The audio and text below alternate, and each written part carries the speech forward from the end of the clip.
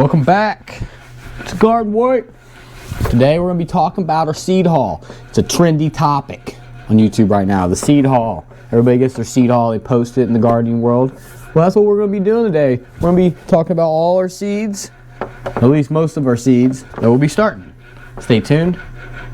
Let's get right into it.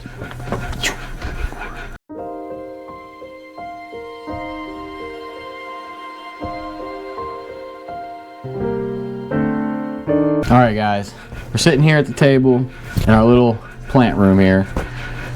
Snow's still on the ground, okay? We're all excited to get our seeds started.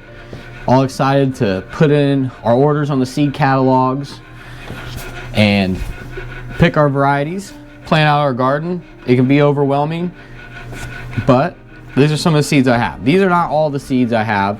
I ordered a big order, which I'll go ahead and put up on the screen right here. I put a big order in at Gurney's too, and we'll go through a lot of that as well. So I'm gonna kind of break this down into 3 categories. All right, I'm gonna break the first category down. I'm gonna take a section. We're gonna talk about cool weather crops. All right, that'll be the first, and then the next one will be warm weather crops, such as tomatoes, beans, corn, etc. The other category I will put in as perennial seeds, because perennial seeds are typically different to start than annual seeds. So let's go over these seeds on the table first. So I got a bunch of different places that I got seeds from this year. We're going to start with the cool weather crops. So the cool weather crops I have here, let's go over our brassicas. All right, let's go over the brassicas first. But the first one, Romanesco broccoli. Look at that. Look at that. That's pretty crazy, huh? That looks crazy. I seen this on James Prigione's channel. I'll link that in the description. James Prigione's channel. He was growing this, and I was like, "What is that?" You know what I mean? This is what makes gardening fun right here. New varieties like this, stuff like that, is really what gets me like going. You know, really gets me excited. I get excited no matter what with gardening, but especially stuff like that. Like, who has stuff like that? You don't get stuff like that in the store. All right, next brassica, red Russian kale. Now, believe it or not, as experienced as I am in gardening, I've never grown kale. Isn't that crazy? Never grown kale. Apparently, it's a good season extender, but yeah, so kale. This is another one. So MI Gardener, this is a MI Gardener. I'm not sponsored or anything by MI Gardener, but their channels, MI Gardener's channel, go check that out, and James Prigione channel. They're partnered in on these seeds, and I picked up quite a few this year because, you know, pink Swiss chard. James Prigione swears by it. All right, we got Soupsy here. Get in the camera, Soupsy. What we got here? What does it say? I don't know. Cabbage? Cabbage. It's cabbage. That's such a bad system. Anyways, we got Danish ballhead cabbage. This is just one of the varieties of cabbage. I have many other varieties of cabbage. These are so many other varieties of cabbage, but this is one I got from MI Gardener. So this is something that I've been wanting to try. All right, we got from Gurney's, another cool season crop. We got carrots. It's a hybrid carrot. Sugar snacks carrot. So we're gonna be trying that because we got some new raised beds. So we're gonna be trying carrots because I haven't had too much success with carrots in ground in Indiana because of the clay. By the way, if you guys are watching, I'm in Indiana Zone 6A. Indiana Zone 6A. I'm sorry, I meant to at the beginning of the video. We got carrots. And then this is something that's interesting that I wanted to try. So if you guys know about seed tape, this is a gourmet cabbage with seed tape. So apparently, I guess you can direct sow this, and the seed tape kind of works. I don't know. I've never used seed tape, so we're trying new things. You always got to try new things. We're gonna get into our first warm season crops. All right, our first warm season crops. First ones, beans. All right, be able to dry beans. Beans is one of them self-sustainment crops that they literally just dry them out and they're shelf stable. So yeah, you know, chilies and stews and all kinds of stuff. So that's what we got. We got 2 light red kidney beans and a white cannellini bean. Sure, I butchered that. All right, next up, we got some sugar pie pumpkins. So if you guys watched last year, we had great success with the sugar pie pumpkins. I still have a bunch of puree preserved in the fridge for pumpkin pies, cookies. If you guys follow along, you guys know about the pies. We got some cantaloupe. So I've never grown cantaloupe. I've grown watermelon and pumpkins.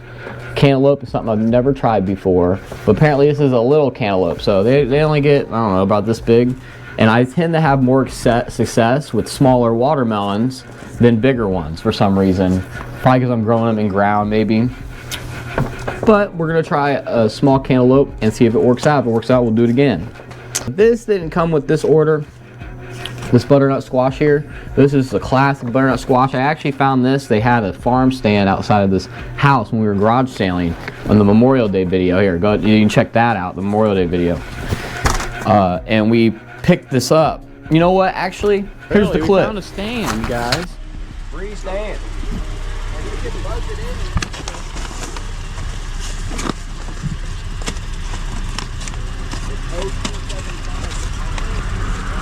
Sunflowers.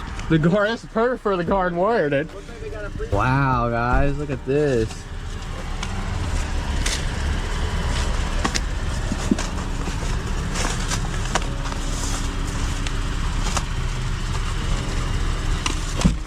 Oh, I'm getting some butternut squash, y'all. Dude. What is it? The butternut squash. So yeah, we picked that up from that little stand, and boom.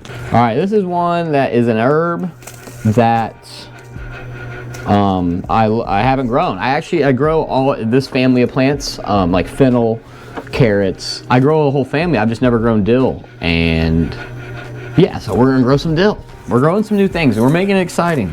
And as for the corn, we got a bunch of corn here. All right, and this ain't all the corn. I got more to go through here.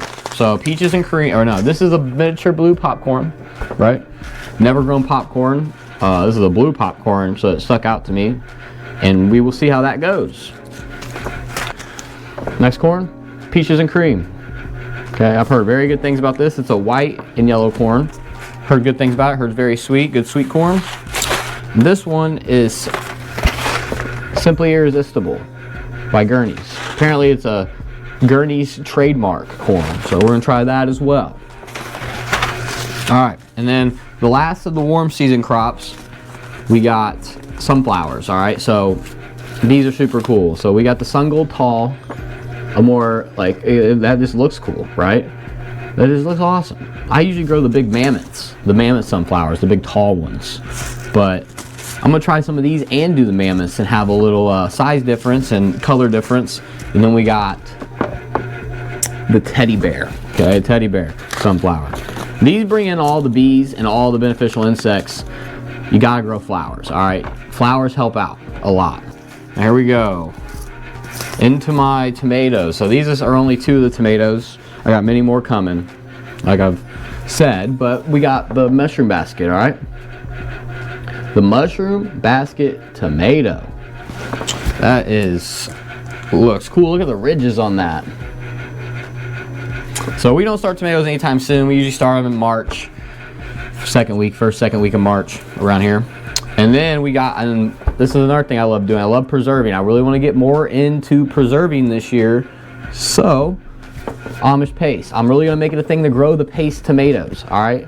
Gotta grow the paste tomatoes because I love making the sauces with my oregano, because I got oregano out there, and I like, and a basil and stuff like that. So we like to make our own sauce and stuff and preserve it because they last a long time in the fridge.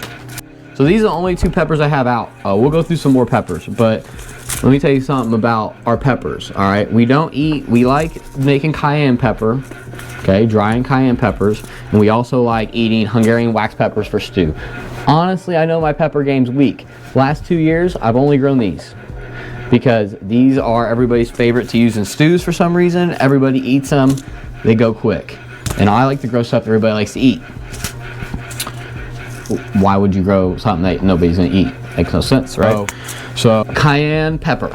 Okay, so I like growing cayennes too, and I'll grow jalapenos every once in a while, but cayenne peppers. I'm keep it simple with peppers. I'm not a big pepper guy. I'm not a big fan of stuffed peppers, but a lot of people allow me to cook with them and they buy them from the store, so save a little money and grow them ourselves. All right, the last seeds I have that I got in this order, and trust me guys, like, all I have is bags and bags of seeds, alright?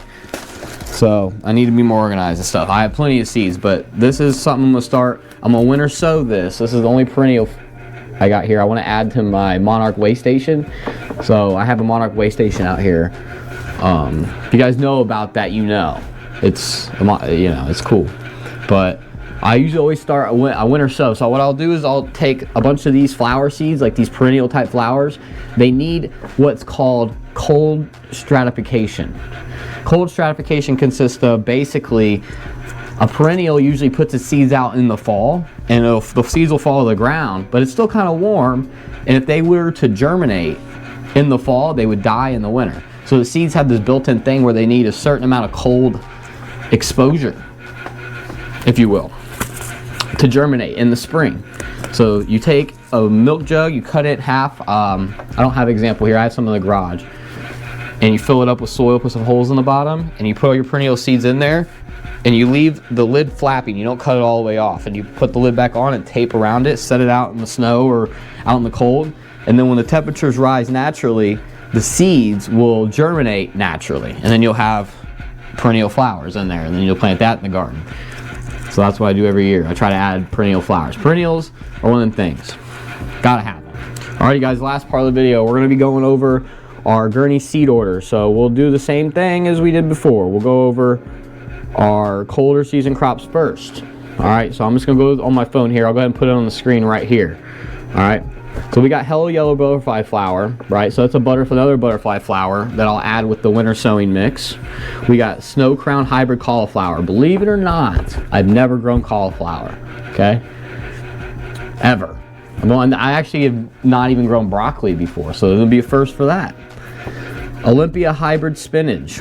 So, never grown spinach either. I've grown lettuce, so we got Romaine on Ice lettuce, red Pontiac potato. The potatoes are going in the raised beds.